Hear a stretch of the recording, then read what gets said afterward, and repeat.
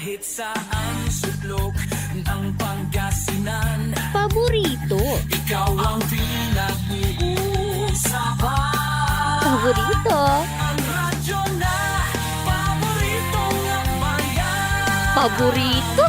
DWJ 88.1 FM ang pinapakinggan. Paborito ng kabataan at matatanda. Paborito. Paborito. Paboritong pakinggan sa bus, tricycle, jeep at mga opisina.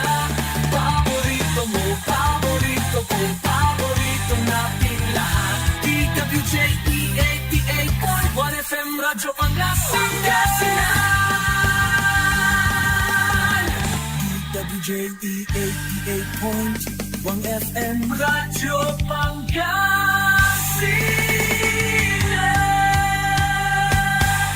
Paborito.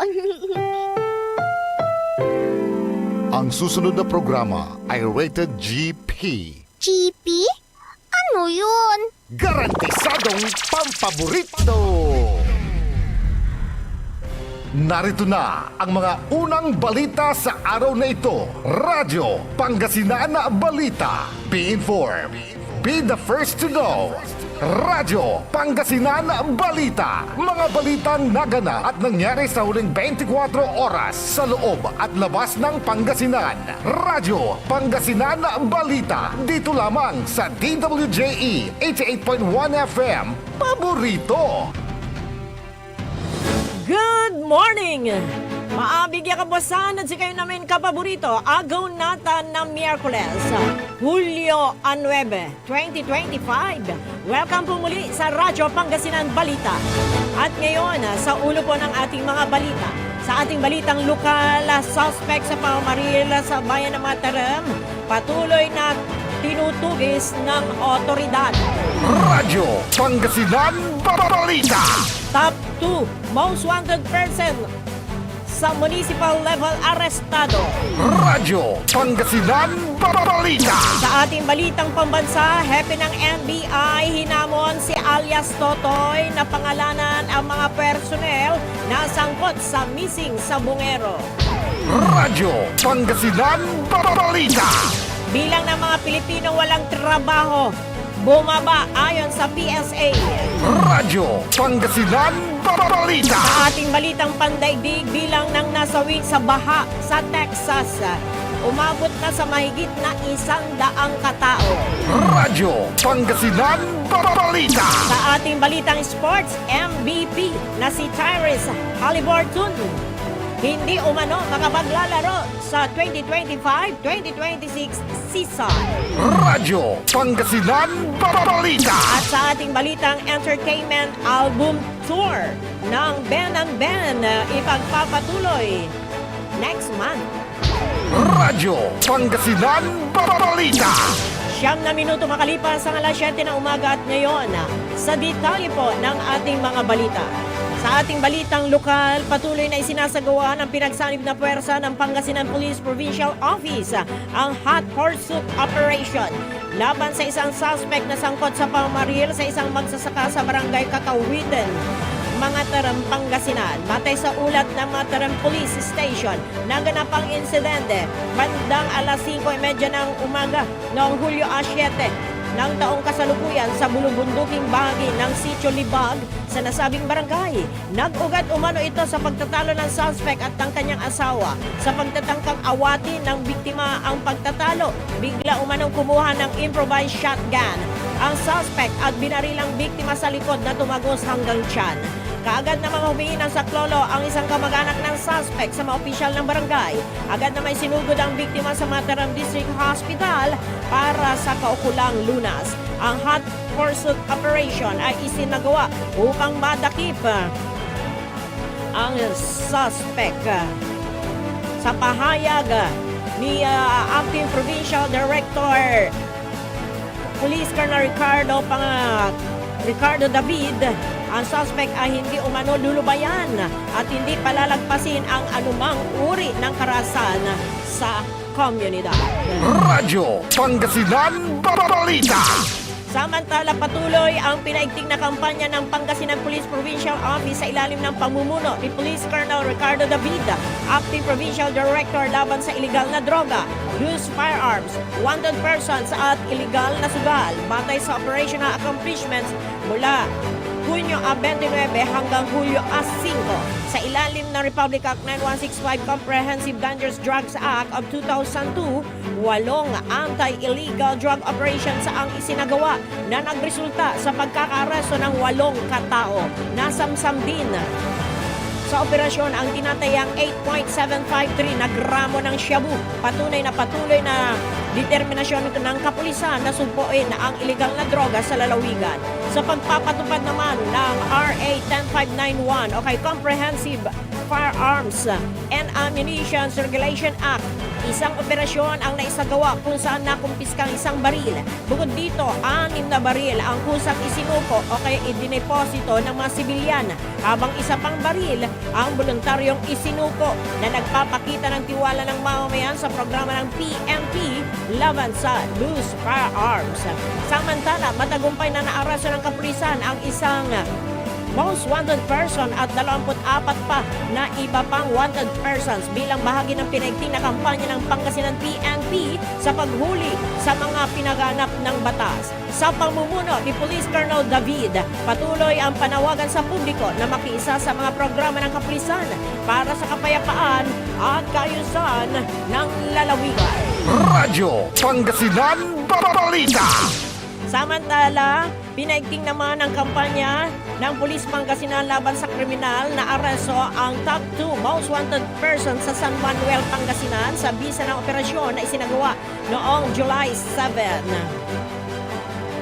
sa may barangay Gisatsur, San Manuel, Pangasinan. Pinangunahan ng San Manuel Police kasama ang Police Provincial Office sa aresto sa isinagawang operasyon na nagresulta ng pagka-aresto sa isang 39 anyos na binata at residente ng Sitio Laklak, Barangay San Roque, San Manuel, Pangasinan. Ang nasabing suspect ay inaresto sa bisa ng warrant of arrest na inisyo ng Regional Trial Court, Ordoneta City, Pangasinan sa kasong attempted rape na 2 counts na may inirekomendang piyansa na 200,000 pesos kada kaso. Sa kasalukuyan, nasa kustodiya na ng San Manuel Police ang akusado para sa kaukulang disposition at dokumentasyon. Radyo Pangasinan Balita. At sa karagdagan pa po ng ating balitang lokal, opisyal ng binuksan ang unang regular na sesyon ng Sangguniang Bayan ng Asingan para sa termino na 2025-2028. Sa pangunguna ni Vice Mayor Heidi Chua bilang presiding officer, katuwang ang mga bagong halal na mga nagbabalik na membro ng Sanggunian ay muling tinagtibay ang kanilang sinumpaang tungkulin na maglilingkod ng buong puso, may malasakit at may matibay na paninindigan para sa kapakanan ng bawat mamamayan. Isa sa mga paunahing bahagi ng sesyon ay ang pagsasaayos ng kanilang internal rules and procedures at ang pagtatalaga ng iba't ibang tagapangulo ng mga committee na magsisilbing katuwang sa pagbuo at pagpapatupad ng mga batas at programang makatao at makabayan. Dumalo din at nagbigay ng kanyang mensahe ng pagkakaisa si Asingan Mayor Carlos Lopez Jr. Radyo Pangasinan Balita. Iginawad naman sa 6 na public utility vehicle o kay PUV drivers at operators sa Mangaldan na ang benepisyong kabuhayan package mula sa Department of Labor and Employment o kay DOLE na may kabuang halaga na 178,486 pesos na natanggap noong July 7 sa Municipal Wellness Center. Bahagi ito ng Entrepreneur Program ng DOLE na layong bigyan ng mapagkakakitaan ang mga PUV driver at operator na apektado ng Jeepney Modernization Program. Nasa higit na 29,000 pesos na halaga ng negosyo package ang ibinahagi sa bawat benepisaryo na masusing sinuri ng DOLE, katuwang ang Land Transportation Franchising and Regulatory Board. Pinangasiwan ng DOLE Central Pangasinan at ng LTFRB Regional Office ang pamamahagi ng mga pangkabuhayan package at sa pakikipagtulungan ng lokal na pamahalaan ng Mangaldan. Ipinahatid naman ni Attorney Chodora Sardan, Municipal Administrator, ang mensahe ni Mayor Bonafe Paraino para sa isinagawang programang pangkabuhayan ng gobyerno. Pinasalamatan ng alkalde ang patuloy na tulong na ibinababa ng DOLE para sa mga kababayang nangangailangan ng kabuhayan at hangad na mapalago ng mga benepisaryo ang kanilang sisimulang negosyo para sa ikaulad ng kanilang buhay. Samantala, ipinarating naman ni Rodora Dingel, DOLE CPFO 1 head, na ang may pinagkaloob na negosyo sa mga tsuper ay kanilang bibisitahin at susubaybayan para malaman kung maayos at mabuti ang kanilang nagiging pamamalakad. Radyo Pangasinan Balita. 16 na minuto makalipas ang alas 7 ng umaga at ngayon sa detalye naman po ng ating balitang pambansa. Hinimok ni National Bureau of Investigation na kay NBI Director Jaime Santiago si alias Totoy na pangalanan ang personnel ng ahensya na umano'y may kinalaman sa pagkawala ng maraming mga sabongero. Una nang sinabi ng controversial na whistleblower ang umano'y pagkakasangkot ng ilang personnel ng NBI sa isyu ng missing sabongero kasama ang mga pulis at ilang malalaking personalidad. Giit ni Director Santiago na hindi makakapagsimula ng kaso kung walang mga partikular na pangalan o pagkakakilanlan. Kung tatanggian niya si alias Totoy na magbanggit ng pangalan, tiyak na hindi ito maiimbestigahan at lahat ng personnel ng NBI ay itinuturing bilang mga suspect sa naturang krimen. Una nang nagpahayag ang NBI ng kahandaang tumulong sa umuusad na investigasyon na pinapangunahan ng Philippine National Police at ng Department of Justice. Ayon kay Santiago, handa rin ang ahensya na magsagawa ng forensic procedures tulad ng DNA testing, lie detector test at iba pang proseso upang makatulong sa pagtukoy sa katotohanan sa likod ng mga ibinunyag ni alias Totoy. Radyo Pangasinan Balita. Samantala, bumaba sa 2.03 milyon ang bilang ng mga Pilipinong walang trabaho sa bansa noong Mayo 2025 mula sa 2.06 milyong unemployed noong Abril ng parehong taon. Base sa latest labor force survey, iniulat ni Philippine Statistics Authority Undersecretary Claire Dennis Mapa, bumaba ang unemployment rate sa 3.9% noong May mula sa 4.1% na naitala noong Abril 2025 at Mayo noong 2024. Ayon sa PSA official, 39 sa kada 1,000 individual na nasa labor force ang walang trabaho o negosyo noong Mayo ng kasalukuyang taon. Paliwanag ni Yusek Mapa na ang pagbaba ng unemployed sa bansa ay bunsod ng pataas ng 1.35 milyon na mga individual na pumasok sa labor force mula Mayo 2024 hanggang Mayo 2025 kung saan halos lahat ay nagkaroon ng trabaho.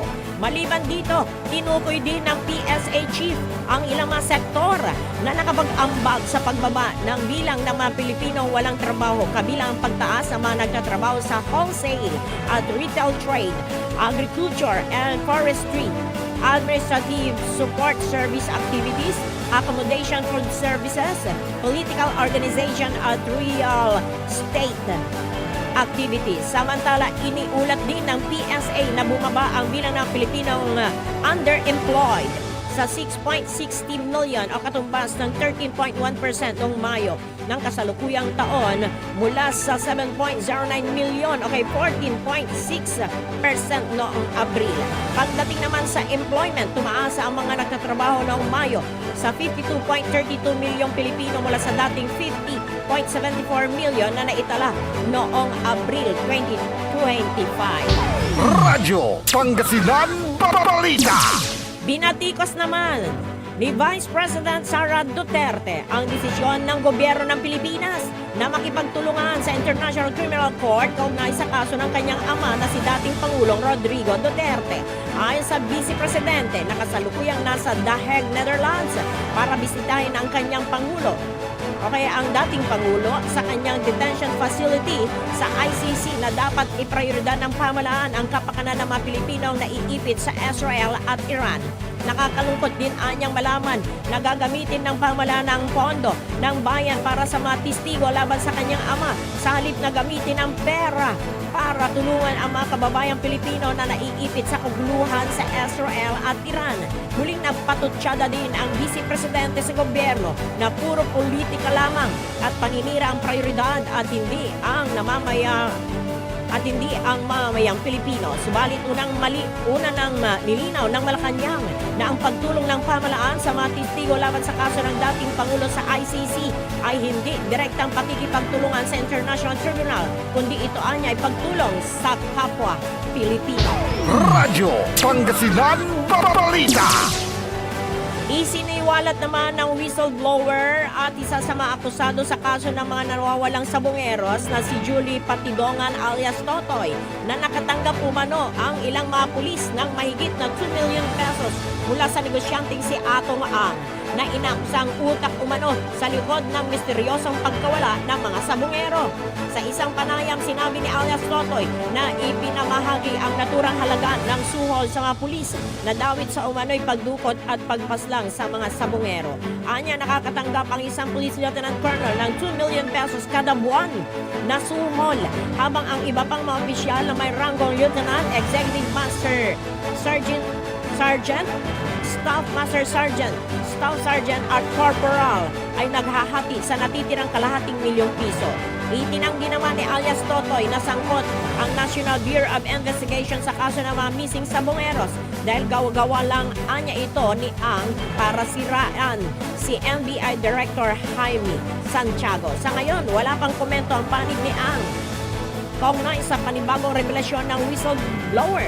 Samantala, nauna ng kinumpirma ni PNP Chief General Nicolas Torre III na nasa ilalim ng kanilang protective custody si alias Totoy habang gumugulong ang investigasyon sa kontrobersyal na kaso ng pagkawala ng mahigit na 30 sabongero.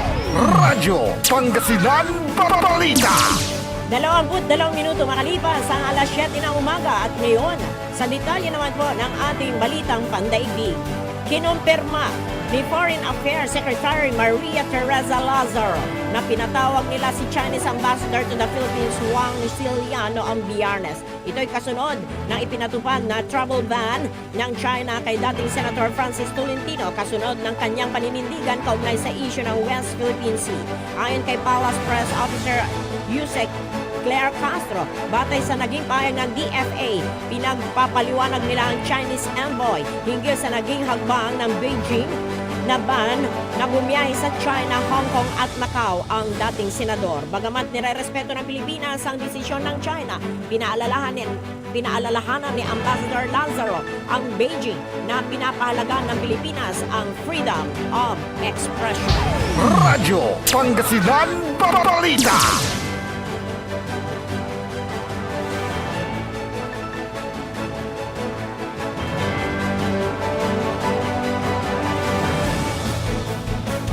Samantala, natagpo ang patay ang sinibak na cabinet official ni Russian President Vladimir Putin.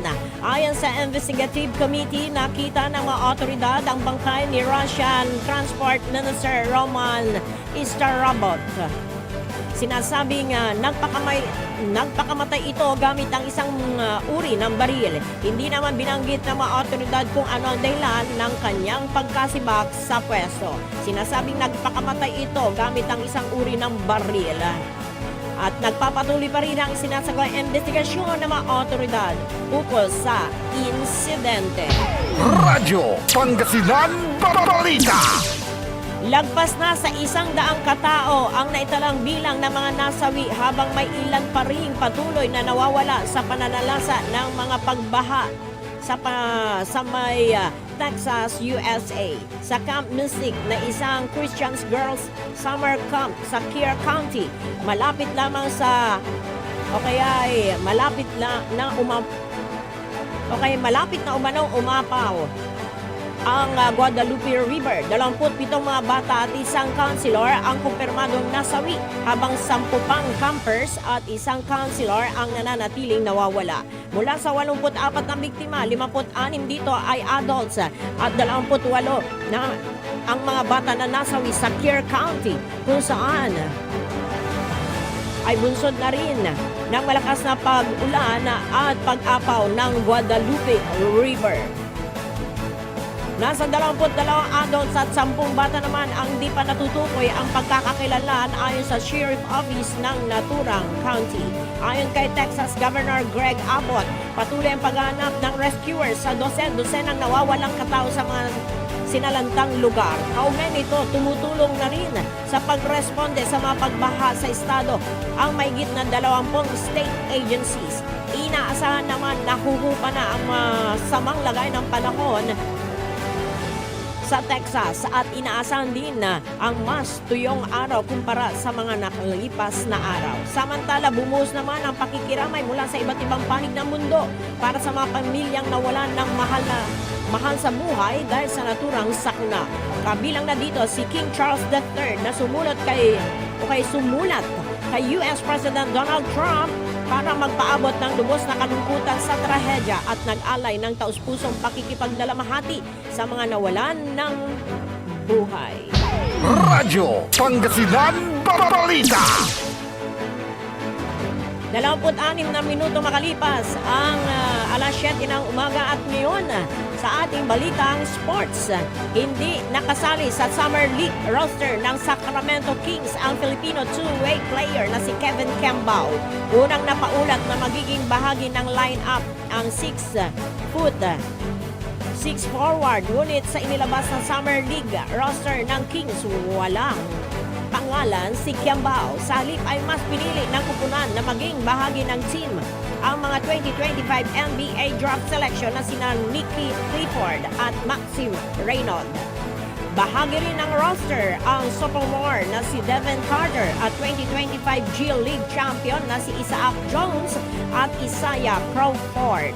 Kamakailan ay pumirma si Kembao ng contract extension kasama ang Goyang Sono Sky Gunners sa ilalim ng Korean Basketball League. Sa kanyang paglalaro sa KBL, nagawa niyang magposte ng 16.9 points per game, 6.3 rebounds at 3.9 na assist per game. Nagagawa rin niyang magbulsa ng 1.3 steals per game. Samantala, inaasa namang magiging bahagi ng Gilas Pilipinas roster ang bagitong forward para sa kampanya ng national team para sa 2025 FIBA Asia Cup na magsisimula ang naturang kampanya sa buwan ng Agosto. Radyo Pangasinan Balita.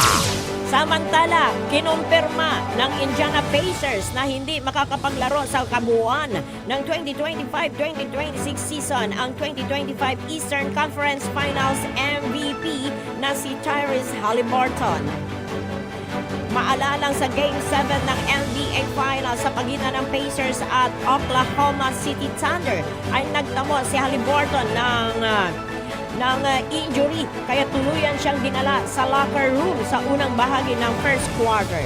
Batay sa statement na inilabas ng Pacers noong July, buong season na hindi makakapaglaro ang bagitong guard dahil hindi umano mamadaliin ng kupunan ang pagbabalik ng kanilang star player. Iginiit ni Pacers President of Basketball Operations Kevin Pritchard na hindi hahayaan ng kupunan na bumalik muli ang injury ng star guard at sa halip ay ilalaan niya ang lahat ng oras para sa kanyang tuluyang paggaling. Una nang sumailalim sa surgery sa Haliburton noong June 23 sa Hospital for Special Surgery sa New York. Naging matagumpay din ang operasyon ng bagitong NBA star at kasalukuyan ay patuloy ang kanyang pagpapagaling. Radyo Pangasinan Balita. At ngayon sa ating balitang entertainment, ipagpapatuloy na ng bandang Ben and Ben ang kanilang album tour sa buwan ng Agosto. Pansamantalang natigil kasi ang The Trouble Across Dimension Tour matapos na nagkasakit ang drummer nila na si Jam Villanueva. Radyo Pangasinan Balita! 30 minuto makalipas ang alas 7 ng umaga.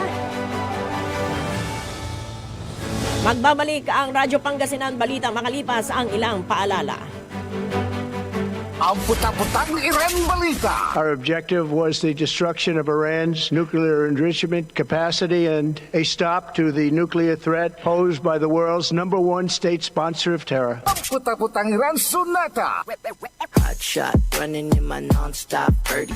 Son ang puta-putang Iran Impormasyon. Aya sa DWJE 88.1 FM Radyo Pangasinan. Paborito. We want you well, cause we care. Here at WellCare Diagnostic Center. Deserve mo ng best care, kaya dito ka na sa WellCare Diagnostic Center. We want you well, cause we care. Here at WellCare Diagnostic Center. Visit WellCare Diagnostic Center, located at the Pandan Town Center, Mapandan, Pangasinan. For reliable and top-notch healthcare services, you deserve the best care. WellCare Diagnostic Center. Mare! Kabigla ka naman, Mare, ah! Grabe, gimagana ka ah. Mari, di mo sinabi na uwi ka pala ng San Carlos. Ay, oo! Namiss ko na kasi dito ang pamilya ko. Ito na palang San Carlos ngayon. Grabe, Mare! Ang laki na ng pinagbago. Siyempre naman, Mari, alam mo ba na dito sa syudad natin, malaki na talagang pagbabago.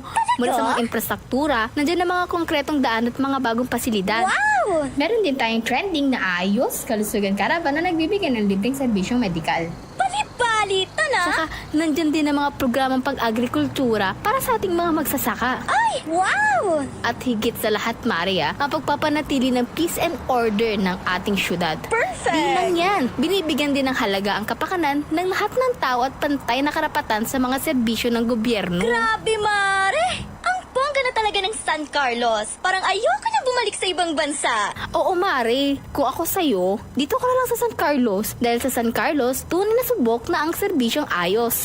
Mayor Julia Ayo Resuello po, kasama si Vice Mayor Jose Resbox Resuello at ang Sangguniang Panglungsod ay nandito upang umagapay at magserbisyo sa ating minamahal na syudad. San Carlos, maunlad, ligtas at maayos. Are you looking for construction services? Art Construction Services is the name of the game. They do civil works and engineering, structural waterproofing, swimming pools, road constructions, condominiums, big warehouses, at marami pang iba. Art Construction Services, pulido ang trabaho at tapat sa serbisyo. Main office, Saging Dinalupihan, Bataan, at may satellite office sa may Bunuan Gazette, Dagupan City. You may contact Miss Tyra Sweet at 0962-806-7360. Art Construction Services. Hanap mo ba ang legit at malinamnam na boneless bangus kapaborito? Heto na ang Donna Dagupan Boneless Bangus. Malinis at malinamnam, araw-araw bago. Mura ang presyo at pwedeng pang negosyo. Legit boneless bangus. Legit supplier, Donna Dagupan Boneless Bangus. Matatagpuan sa Magsaysay Market, Dagupan City. Open 24 hours. Available din ang boneless bangus, Shanghai bangus, spicy bangus, boneless tinapa bangus, at rellenong bangus. Donna Dagupan Boneless Bangus. Matatawagan po sila sa 0939-415-8547 at 0930-284-5333. Donna Dagupan Boneless Bangus. Financial needs? Sagot ng First Choice Finance Corporation yan. They offers loans, collateral loan, auto loan, motorcycle loan, real estate loan, character loan, at marami pang iba. They are located at the second floor, GNM Building, number 86, Bunuan Gazette, Centro, Dagupan City. May branch din po sila sa Urdaneta City at Baguio City. First Choice Finance Corporation. For more information, you may contact 0995-756-9235, 0912-890-2422. 075-540-7591 or 0917-508-9188. First Choice Finance Corporation. Gusto mo bang maging healthy ka paborito at malayo sa iba't ibang sakit habang ikaw ay nagkakaedad? Eto na ang Elixir Placenta 3-in-1 Stem Cell Therapy, DNA at anti-inflammatory therapy food supplements. Panlaban sa iba't ibang sakit tulad ng hypertension, diabetes, cancer, sakit sa bato at iba pa. Hindi mo na kailangan gumastos ng malaki para magpa-stem cell. DFA approved. For more information and orders, you may contact Miss Lo Ree 0916-229-4977 or 0917-474-4515. Elixir Placenta 3-in-1 Therapy. Celebration! Staycation with family or an intimate moment with your special one. Merong perfect na venue yan sa Mapandan. Cora's Manor and Garden. Magmalamay-ari ng mansyon at these magnificent enclave place here at Cora's Manor and Garden. Carry out any occasion sa kanilang garden cafe or party at their poolside. Have a sing-along at their music room. Relax at their room accommodation or enjoy a private time with someone. Sa kanilang Cabana A, kung saan may private outdoor jacuzzi kayo in an enclosed place. Enjoy great food, warmly welcoming staff, exceptional accommodations, and relaxing scenery at Cora's Manor and Garden. Whatever it is, Cora's Manor and Garden is the perfect place to be. Visit them at Barangay Pias, Mapandan, Pangasinan, or call them at 0945-800-7074. Experience a special moment, how it should be at Cora's Manor and Garden.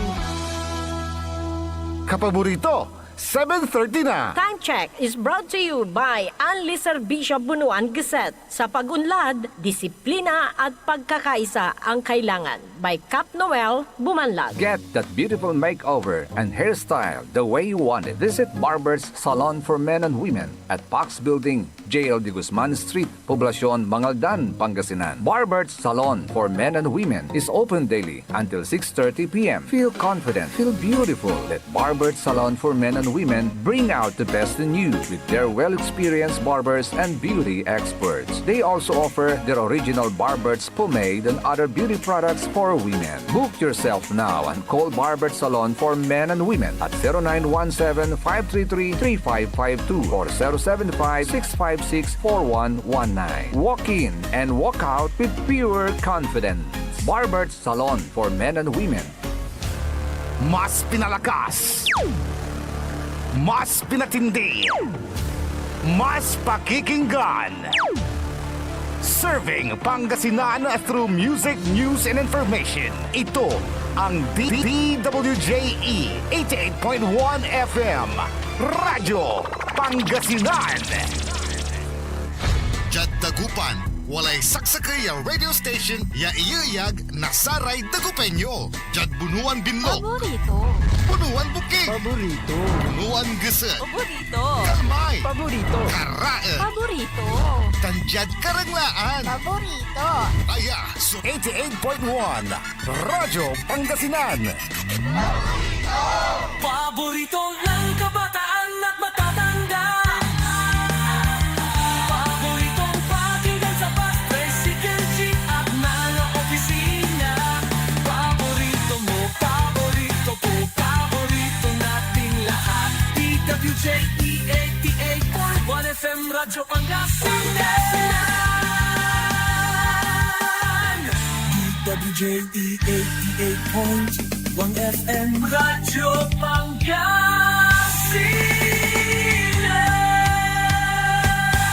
Paborito. Alas 7:39 na po ang ating oras. Tuloy-tuloy pa rin ho tayo sa ating programang Radyo Pangasinan Balita. At ngayon, ating alamin ang lagay ng ating panahon sa araw na ito ng Miyerkules sa pamamagitan ni Engineer Jose Estrada, ang Head Officer ng Pag-asa Dagupan City. Sir Joe, good morning! Yes, ma'am. Magandang umaga po at makunat na kalangitan ang ating nakikita po ngayon. At saan po natin, nagkaroon po tayo ng mga kalat-kalat na pagulan dito sa bahagi ng Pangasinan, kaya ng mga municipality ng lalo na dyan sa weste o sa western part ng Pangasinan. So saan po natin yung mga lugar na yan na nabanggit na babanggitin natin nasa sa Weste ay nasa Alaminos, yan po yung asahan po natin, lalo na pagsapit po ng hapon at gabi. Ito po ay epekto o cause po ito ng southwest monsoon. Samantala rin po ang municipality o city ng Dagupan na saan po rin natin na magkakaroon pa rin tayo ng pagulan lalo rin po sa pagsapit po ng hapon. At sa baybaying dagat naman po natin ay katamtaman po ang pag-alon. Pero asa pa rin natin pagkonting pag-iingat para makaiwas tayo sa aksidente. So ang temperatura po natin po ay naglalaro po sa 24 to 31 degrees Celsius centigrade. At kanina po ay sumikat, yaring araw ng ganap ng alas 5:33. At nalulubog naman ito sa ganap na alas 6:35. Mula sa Pag-asa Dagupan, Sir Joe! magandang Sir Joe! umaga po. Sir, Yes, ma'am. Sir Joe, ilan pa pong bagyo ang pwede nating maranasan? Ilan pa pong bagyo ang pwede nating maranasan, sir? So, ang buwan ng Hulyo ay ang forecast po natin ay 2-3 ay nakaisa na po na tayo. So, asahan po natin na possibility pa na 2 bagyo pa ang asahan natin na papasok sa Philippine Area of Responsibility natin.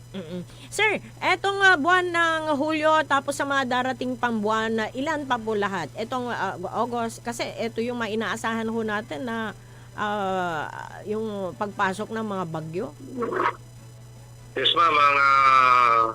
Mayroon naman tayong ginaganap na monthly outlook, yung tinatawag na kada buwan po. Every third week of the month, nagkaroon tayo ng climate outlook. So, ang asahan po natin magbuhat ngayon hanggang Disyembre ay asahan po natin 11 o 19 na bagyo ang asahan natin na posibleng papasok sa Philippine Area of Responsibility po natin. Opo.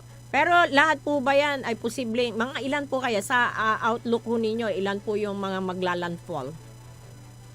So, sa ngayon, asahan po natin may possibility na depende po doon sa character po itong mabubuong bagyo. Sa posibleng 11, ganun po kasi ang normal naman na magdalan po, lalo pa sa buwan ng Hulyo ay minsan nagre-recurve. Kaya minsan pumapasok din o nagdidiretso papuntang China. Yes, sir. No, last year, sir, nakaranas ho tayo ng tagtuyot. Ngayong year po, ano po yung mararanasan natin? La Nina po ba?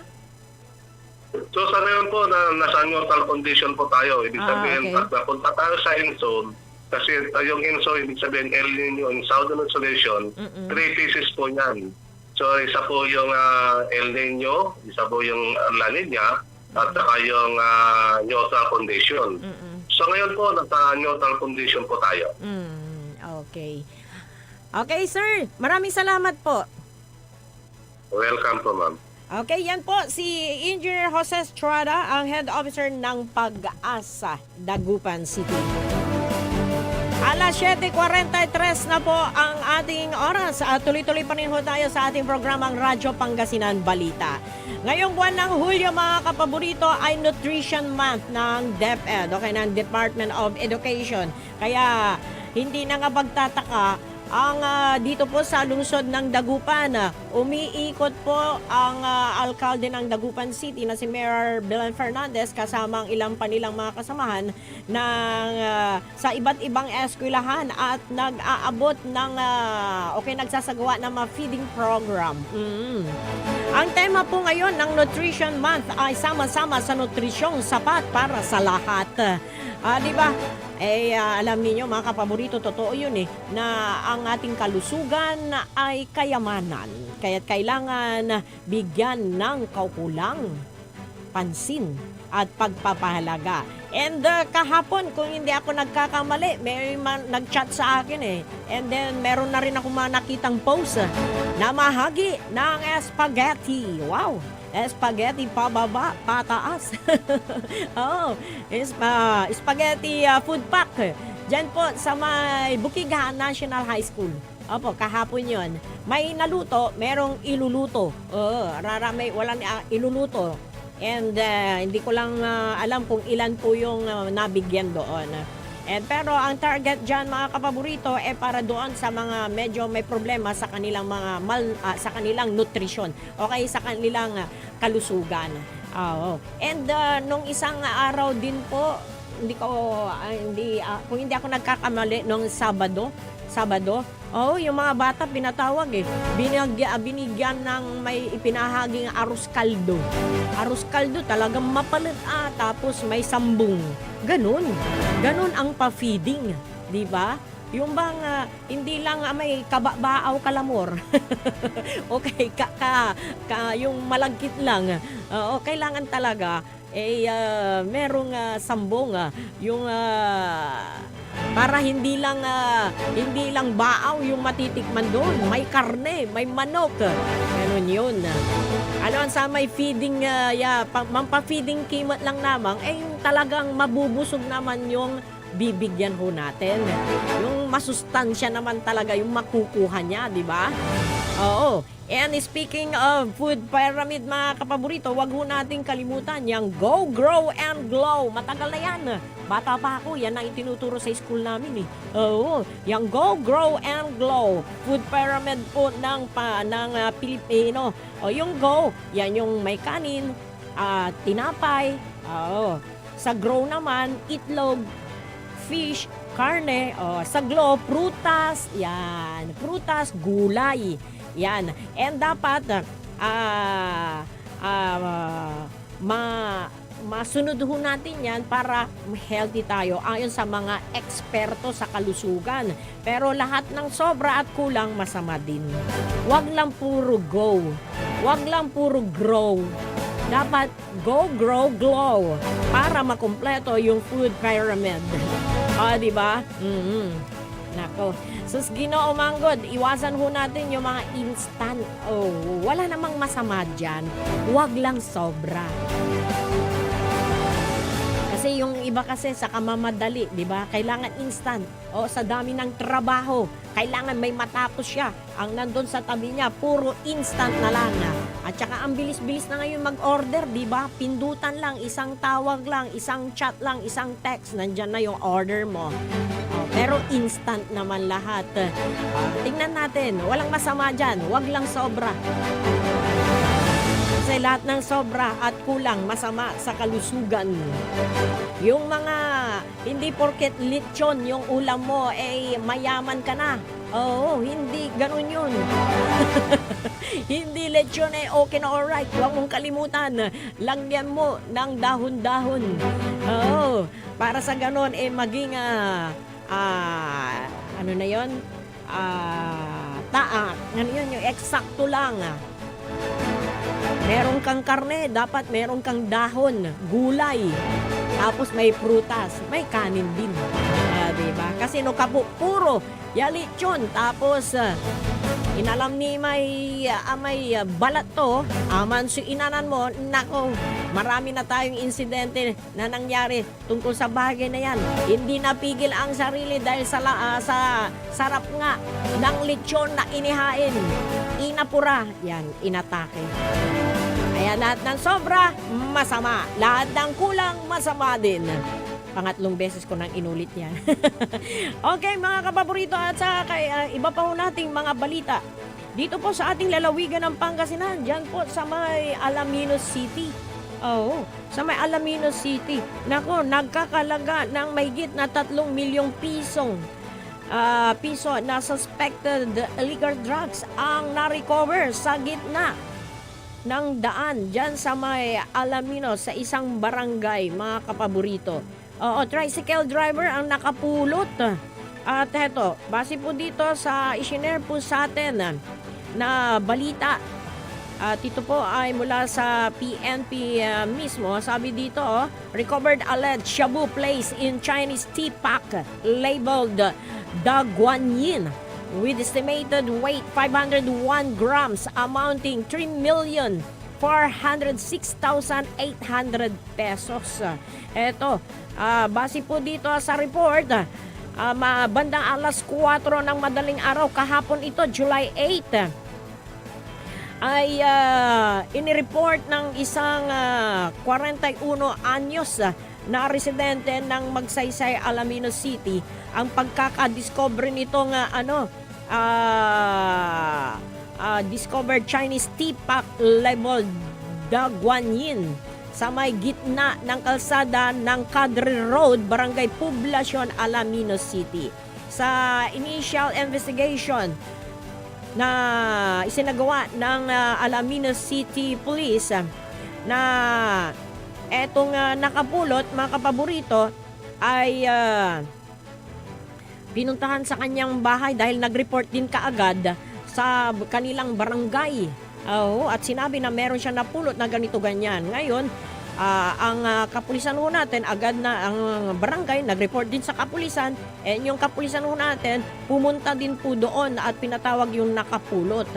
At yun nga, ay habang nagdra-drive umano ng kanyang motorsiklo sa may Cadre Road, Barangay Poblacion, ay nakakita ito ng isang pack at dinala sa kanyang bahay. And then, inireport sa barangay, and sa barangay nireport sa ating kapulisan. At yun nga, base sa pahayag po ng kapulisan ho natin, yung na-recovered na pack na merong laman na suspected shabu ay tinatayang may timbang na 501 grams. At ito ay tinatayang may market value na 3,406,800 pesos. Sa ngayon, ito po ay nasa Alaminos City Police for marking and inventory, mga kapaborito. At base sa assessment po ng ating kapulisan, the recovered items may have been initially found by some residents along the shoreline who later discovered that the items were illegal. They abandoned and left them along the road. And posible daw na yung recovered items ay parte ng larger bulk of shabu. Okay, suspected shabu na kamakailan ay na-recover sa may shorelines ng Zambales, Pangasinan, Ilocos Sur, and Ilocos Norte. Yan po, mga kapaborito. Buti na lang, etong mga kababayan ho natin dyan, agad-agad na inire-report yung mga ganyang pangyayari kapag meron silang napupulot at hindi itinatago. At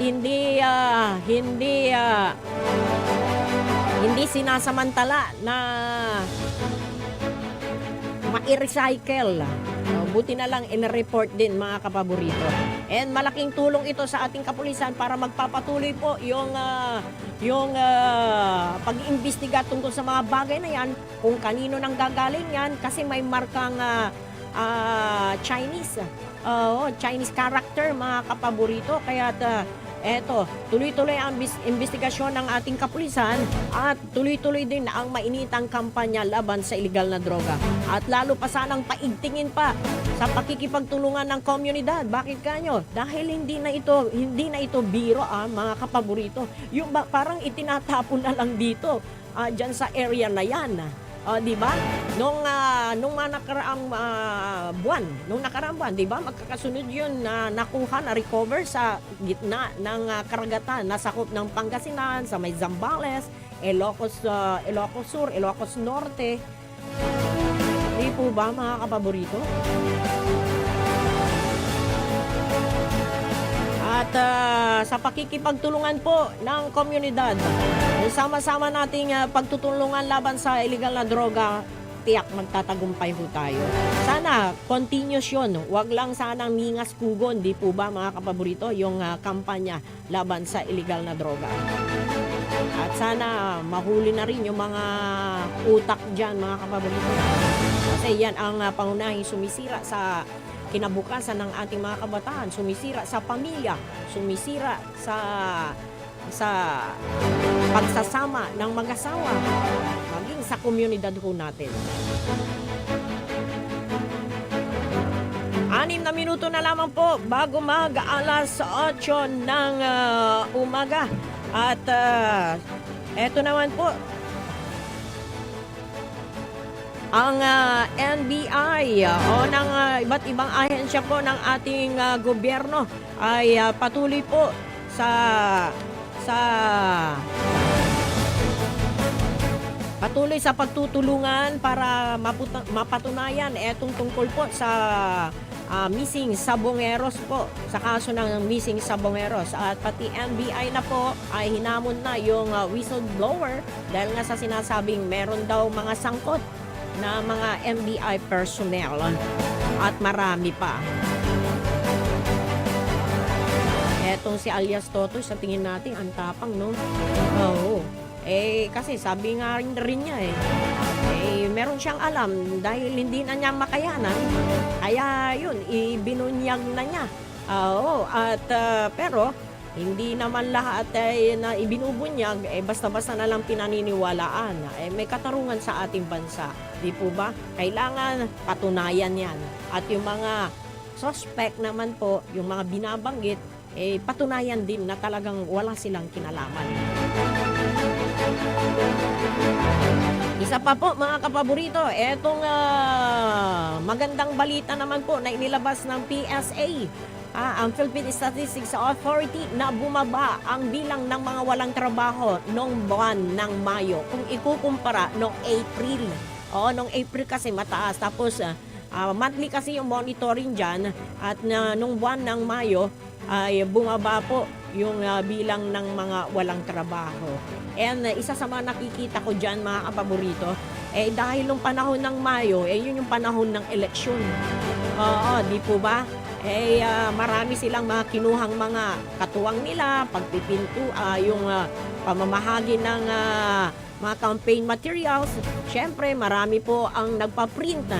Meron din silang mga kinasangkapan, tapos manliber, manliber-leber, di ba? At kasama sa pangampanya, yun, kaya nagkaroon ng trabaho. And good news yan, mga kapaboy. Isa yun sa mga nakikita ko pero sabi nga, yung iba kasi nasa wholesale, nag-wholesale, yung iba nagre-retail. Marami na, pwede ka nang noong ang pandemic, di ba? Marami ang naging, nung nagkaroon ng lockdown at yung panahon ng pandemic, di ba marami po ang nagkaroon ng trabaho? Sa gitna ng ganon na sitwasyon, hindi nawala yung pagnenegosyo. Tuloy-tuloy yung gano'ng lockdown. Siyempre, may pangangailangan. Hindi porke hindi ka na pwedeng makalabas sa bahay. Wala na bang remedyo? Pinoy yata to. Marunong dumiskarte. Di ba? Yung mga nawalan ng trabaho. Kahit nga yung stewardess, mga kapaborito, di ba?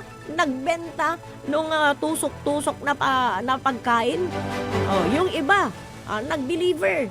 Yung iba, nagkaroon ng iba-ibang diskarte, nag-wholesale, nag-retail, and nag-reselling.